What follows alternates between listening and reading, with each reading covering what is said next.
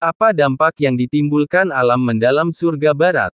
Pastilah lonjakan kekuatan klan iblis pembasmi sutra yang tiba-tiba. Pertempuran dengan klan dewa telah meletus, dan situasi tak lagi damai. Setelah klan kedua selesai berbicara, klan ketiga berbicara perlahan. Xiao Yan masih ingat kata-kata klan ketiga saat pertemuan pertama, yang menyatakan bahwa tidak ada yang salah di alam mendalam surga barat. Kini, kerusuhan sipil tak terelakkan lagi.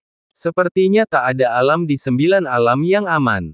Jika Sutra Changmi benar-benar bertanggung jawab, kekuatan mereka pasti akan mengerikan, bahkan mungkin di luar jangkauan atau kendali Xiao Yan.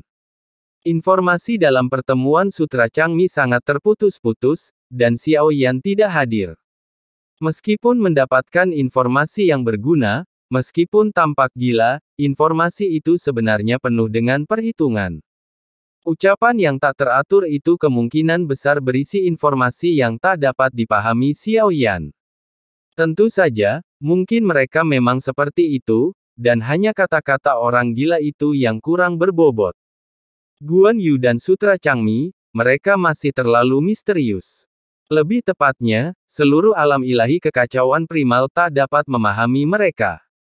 Dan pertemuan ini, apakah tujuannya benar-benar seperti yang diklaim? Namun sekarang tampaknya, setidaknya, semua yang terjadi di pertemuan itu tidak membawa bencana bagi Xiao Yan, dan malah memberikan bantuan dalam banyak hal. Xiao Yan sekarang merasa curiga terhadap semua orang di pertemuan ini, termasuk dirinya, tetapi dia tidak bisa memendam permusuhan. Namun, ada banyak poin mencurigakan dalam pertemuan Changnis, seolah-olah mereka menargetkan semua orang yang terlibat. Awalnya, saya juga memiliki Palemnis yang mengikuti dan mengendalikan saya, tetapi Palemnis itu mati. Mungkinkah saya menggantikan Palemnis yang awalnya mengendalikan saya?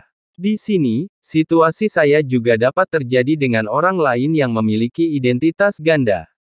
Tiba-tiba, Xiao Yan merasa semakin bingung. Total ada 18 orang dalam 2 pertemuan itu. Namun, hanya ada 17 orang, jika memang itu yang dicurigai Xiao Yan. Jika ia memiliki 2 identitas di pertemuan itu, maka tidak akan ada 17 orang, atau bahkan lebih sedikit. Mengenai identitas Chang Miesi, mungkin satu-satunya solusi adalah bertanya kepada si satu. Ia satu-satunya yang mungkin tahu apa yang terjadi di sini, tetapi bagaimana jika? Xiao Yan bertanya-tanya, bagaimana jika si satu dalam pertemuan itu benar-benar seperti yang dikatakan si empat, dan adalah Chang Miesi? Memang, ia telah sangat membantu Xiao Yan selama pertemuan itu. Orang yang paling tidak mungkin dicurigai, tahu tentang itu, jadi sebelum mengonfirmasinya. Atau lebih tepatnya, He Yi benar-benar bertemu di dunia tertentu, jadi dia bertanggung jawab atas identitas si Jiu Jin. Xiao Yan masih perlu menjaga kerahasiaan. Aku tidak punya apa-apa untuk dikatakan, atau aku akan bicara terlalu banyak. Dia diusir lagi secara misterius.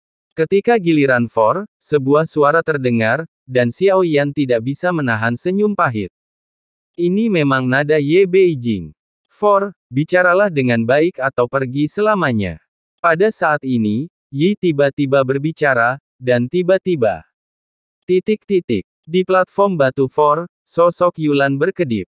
Sepertinya jika dia diusir lagi kali ini, dia tidak akan pernah muncul di platform ini lagi.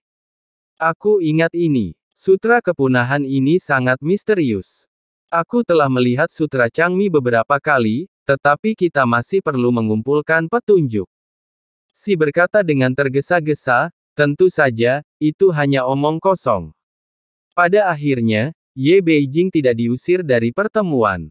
Giliran 5. Aku bisa memastikan bahwa situasi terkini di dunia Sanhai berkaitan dengan Sutra Changmi.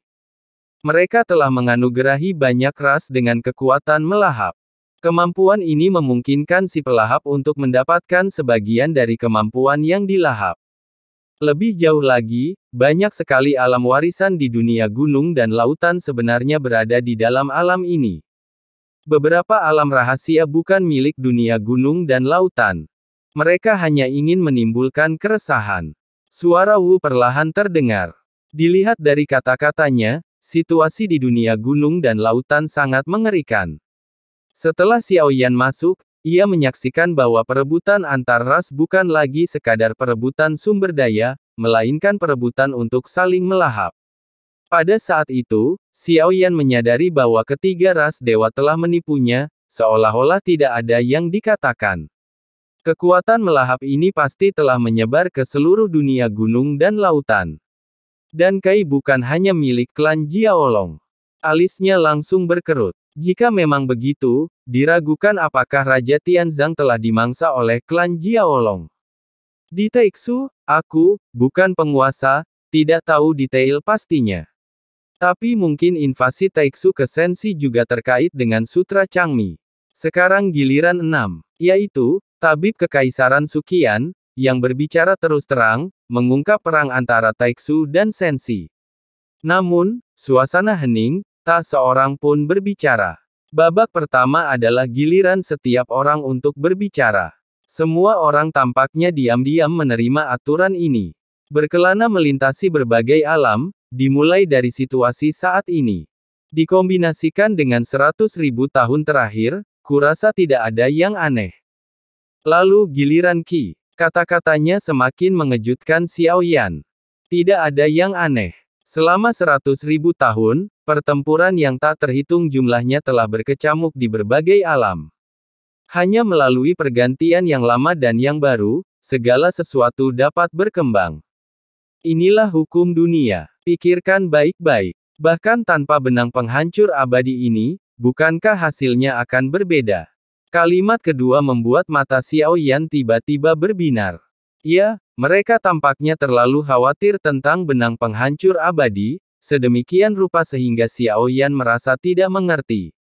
Memusatkan seluruh perhatian mereka pada mereka, bukankah ini hanya candaan? Dalam pemungutan suara terakhir, tidak ada yang memilih. Tampaknya tujuan utama Xiaoyan bukanlah untuk menghilangkan benang penghancur abadi yang ada dalam pertemuan, tetapi untuk menumbuhkan saling pengertian dan kepercayaan melalui pertemuan yang berkelanjutan. Kepercayaan tidak akan kuat jika hanya ditegakkan. Melalui koneksi pribadi, semua orang saling membantu, dan seiring waktu, semua orang saling mengenal. Kepercayaan dibangun di atas itu. Jadi, itulah tujuan utama melenyapkan benang kehancuran abadi. Xiaoyan mengerti bahwa pertemuan ini seharusnya mengakhiri masalah Sutra Changmi. Aku telah mengabdikan diriku untuk menempa, dan aku tidak tahu apa-apa tentang hal-hal duniawi. Tapi sekarang, aku ingin mengungkapkan sesuatu kepada semua orang. Suara bala perlahan terdengar, dan telinga Xiaoyan menajam. Pertemuan ini berbeda, semua orang tampaknya perlahan-lahan membangun kepercayaan dan mulai mengatakan yang sebenarnya. Bayangan dan topeng yang kau lihat pada Zhang Misi dan yang lainnya semuanya kupalsukan. Xiaoyan terkejut mendengar kata-kata ini. Dengan kata lain, apakah 9 topeng di tanganku benar-benar palsu? Tapi aku tidak tahu saat itu. Mereka mempercayakanku sebuah kepingan giok, tapi sayang sekali siapa yang mempercayakannya. Entahlah, jadi wajar saja aku mengatakan ini lagi. Sekarang giliran Xiaoyan. Pertemuan ini cukup mengejutkannya, dan dia mulai mengenal semua orang di sini lagi. Termasuk tabib istana Suqian. Meskipun motifnya tidak murni, setidaknya dia bisa dimanfaatkan sampai batas tertentu. Untuk sementara, kita bisa bekerja sama dengannya dan menjadi pendukung internal Shenxi di Taixu.